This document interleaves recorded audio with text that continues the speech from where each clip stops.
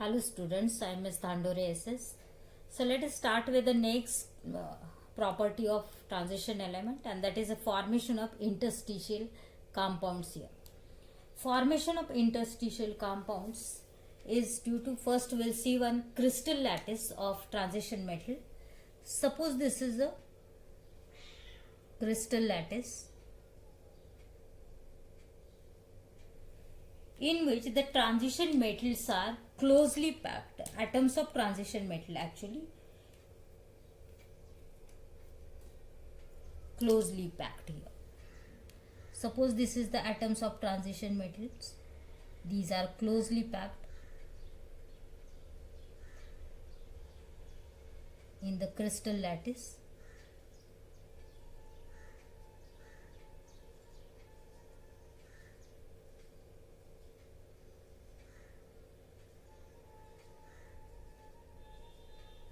So in between these atoms there are spaces there. In between these atoms there are small spaces. These are called as voids or interstitial spaces.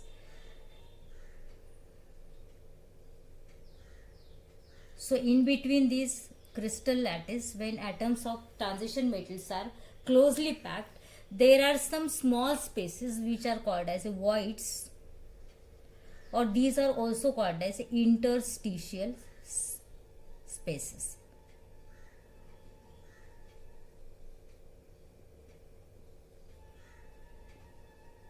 And in these spaces, when small atoms like hydrogen or carbon or nitrogen, so these atoms can occupy these small spaces, and such a compounds are called as interstitial compounds here. So the small spaces, these are trapped by either carbon or hydrogen or nitrogen or boron, etc. And so the resulting compound is your interstitial compound. When the interstitial spaces are trapped by carbon, then the compound is carbide. It is called as a carbide. When it is trapped by hydrogen, then it is a hydride, like nitride, boride, etc. Nitride. These carbides are very hard, like diamonds here. So let us see what is interstitial compounds, or what are interstitial compounds here. So transition element forms the interstitial compounds in which the interstitial spaces, I'll write here, the compounds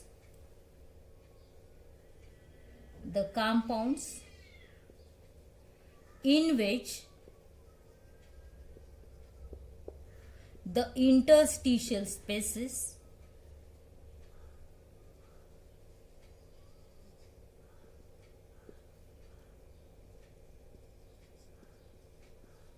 or these are also called as voids are trapped by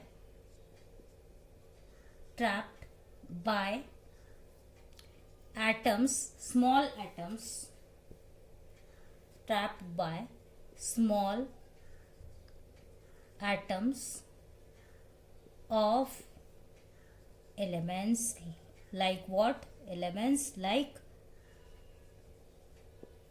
carbon, hydrogen, then carbon, nitrogen, etc. are called as interstitial compound.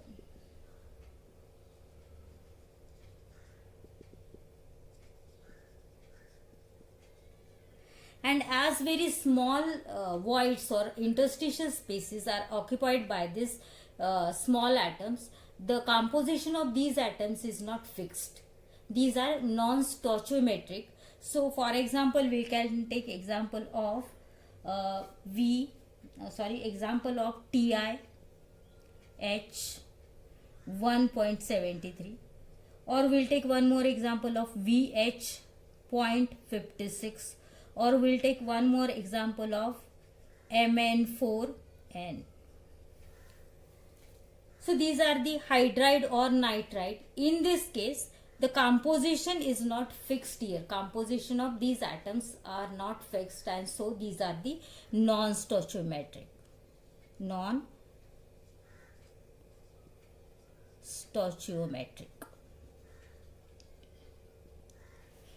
If we take example of MnO2, manganese dioxide, then in this case the stoichiometry is fixed, the composition is fixed, and it is what? 1s2. We'll take one more example, FeCl3, it is 1s23. We'll take one more example of Fe2O3, then in that case again 2s23 is the stoichiometry, or it is a composition of normal compounds are fixed, but in interstitial compounds the composition is not fixed. It is, so these are called as a non-stoichiometric compound. For example, we'll take TiH 1.73. Then what is the oxidation state of TiH 1.73? To find out oxidation state, you are well familiar with that. You know how to find out oxidation state or oxidation number. Suppose for Ti it is X plus, now this is a metal hydride, so hydrogen acquire negative charge here, and one hydrogen atom is there, so it is 1.73 into 1, and that is equal to 0. Charge on the molecule is 0. So this is your X is equal to minus 1.73, and this is not normal oxidation state. So it contains abnormal, or it is not, I'll write normal oxidation state. Similarly, you can take example of VH 0.56. Then for V, suppose vanadium, suppose it is X. For X now it is minus 0.50.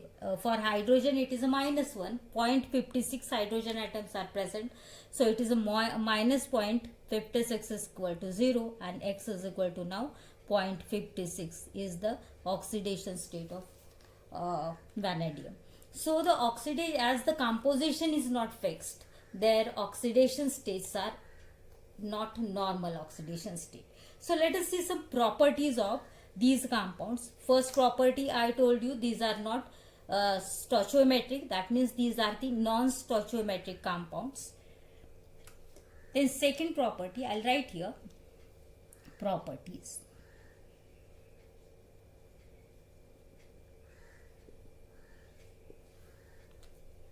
First, I told you these are non-stoichiometric,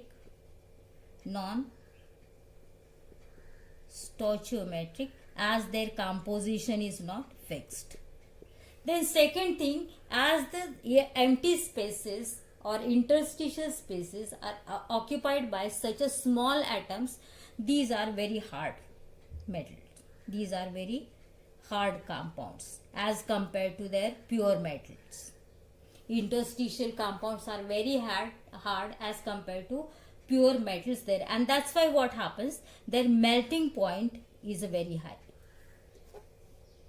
So their melting point is, I'll write here, very high it is. Then the next property, they are chemically inert compounds. Then they can retain, that means their metallic conductivity is intact. No effect on metallic conductivity. So they retain metallic conductivity.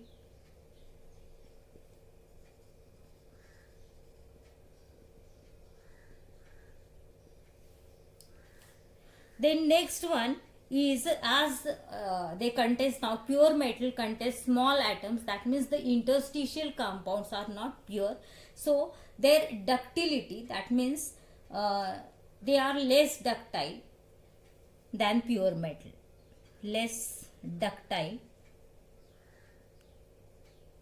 than pure metal.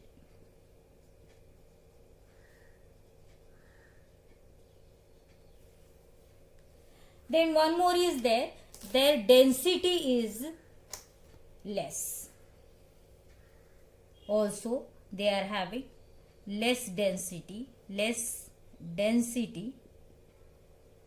than pure metal. So these are some properties of interstitial compound. So interstitial compounds, these are the compounds in which the voids or interstitial spaces in the crystal lattice of the transition metal, these are trapped by small atoms of elements like carbon, hydrogen, nitrogen. These are called as interstitial compounds there.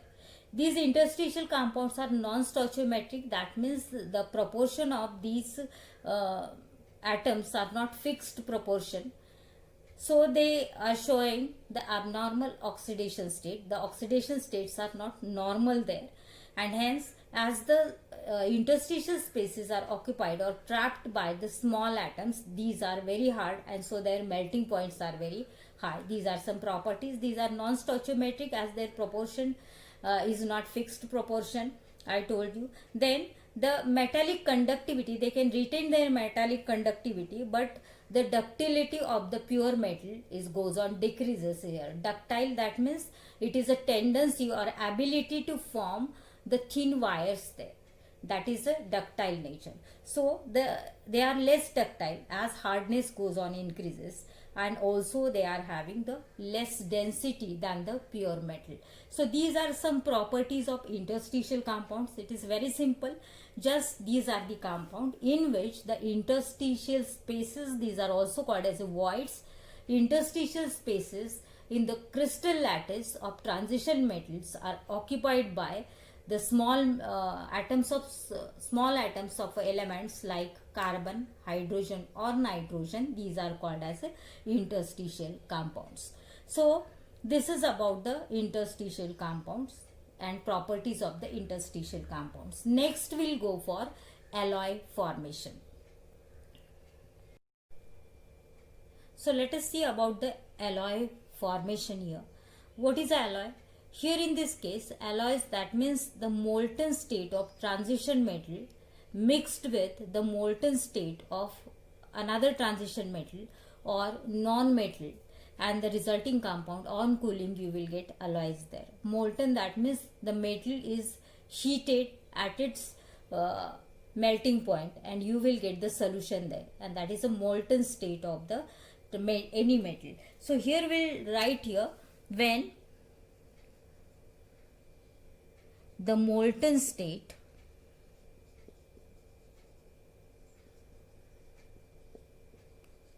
of one metal mixed with the molten state of other metal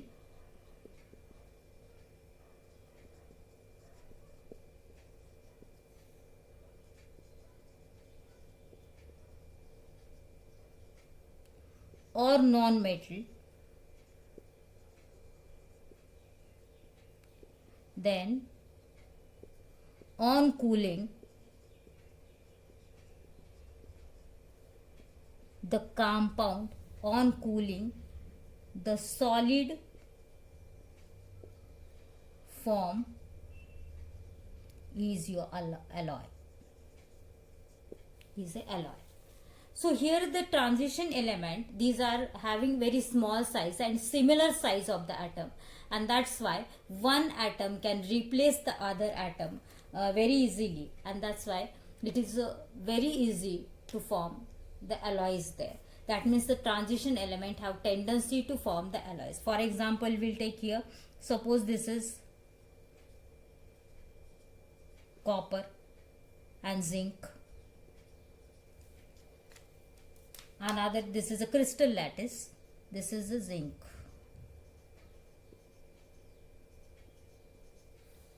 So as size of this two is a very small size or similar size, the atoms are having similar size, then they can replace one atom to other.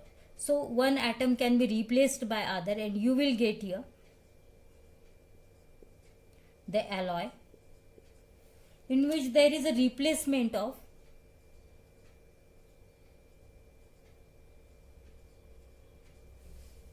one atom by other atom of the transition metal. So the resulting compound is called as a alloy there. In alloy, what happens? The molten state, actually the metal is melted at its melting point, and the resulting solution is your molten state of that particular transition metal. So when molten state of transition metal is mixed with the molten state of another transition metal or non-metal, then on cooling you will get the solid form, and that is the alloy. So what is the reason why these metal form the alloys? The reason is that, I'll write here, reason why this transition metal can form alloy there. The first reason is their atomic size. Their atomic size is similar, is very similar. First point. So as the atomic size is very similar, what happens here? One atom, so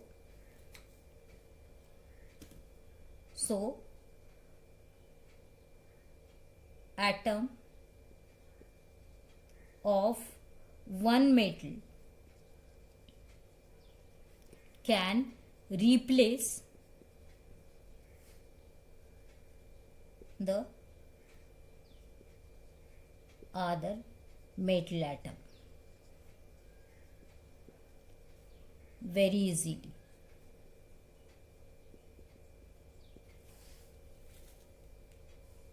So in what happens then next, what is the one more reason? In molten state,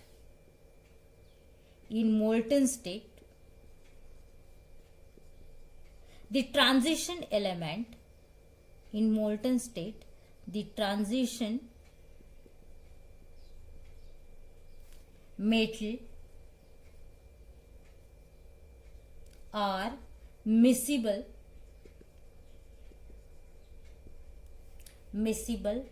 with one another.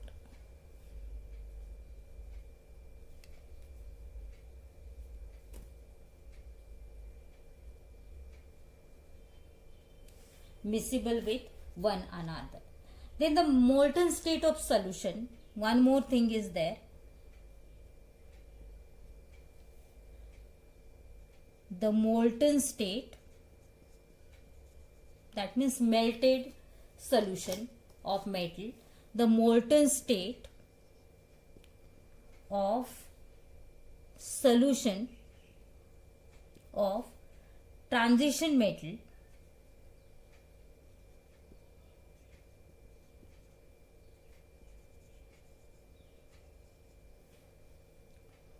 on cooling form alloys. On cooling form alloys. We can take example here. I'll write here examples.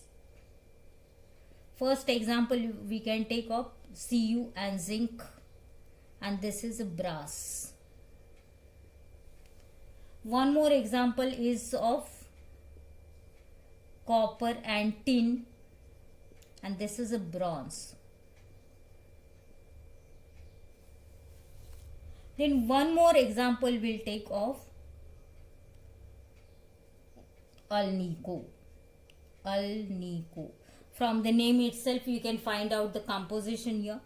Al at about 12% of Al, then 20% of nickel and 50% of cobalt is used here. Alnico. Question maybe for MCQ. AlNiO, 12% Al, 20% nickel, 50% of cobalt, and remaining percentage, that means at about 80% of iron is used here, and this alnico is used for the preparation of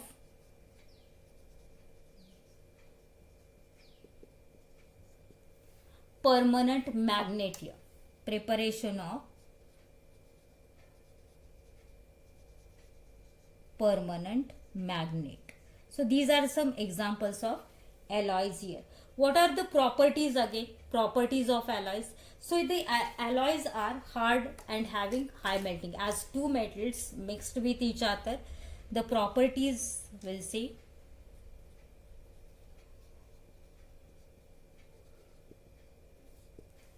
Properties of alloys, these are hard and having high melting point.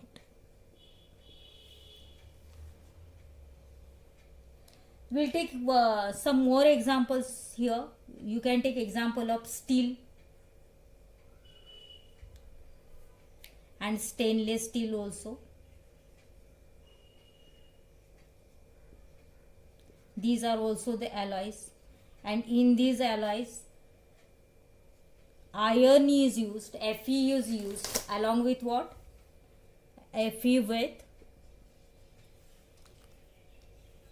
chromium or vanadium or molybdenum or tungsten or Mn, manganese. So these are the composition of steel and stainless steel here. Iron is mixed with, that means molten state of iron is mixed with molten state of chromium or vanadium, molybdenum, tungsten or manganese. So this is about the alloy formation. Alloy formation, when molten state of one metal is mixed with other metal, then the resulting compound on cooling you will get alloy. The properties of alloy, as these are the mixture of two metals, transition metals, they are hard and having high boiling point.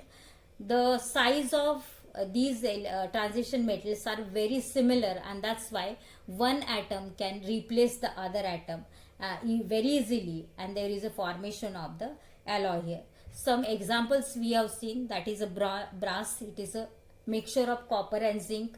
Then bronze, it is a mixture of copper and tin here, Sn. Then alnico is a mixture of aluminium, nickel, then cobalt and Fe. Then steel and stainless steel, it is a mixture of Fe and either chromium or vanadium, molybdenum, tungsten and manganese. So this is about the alloy formation. Next we'll go for the physical properties of transition metals.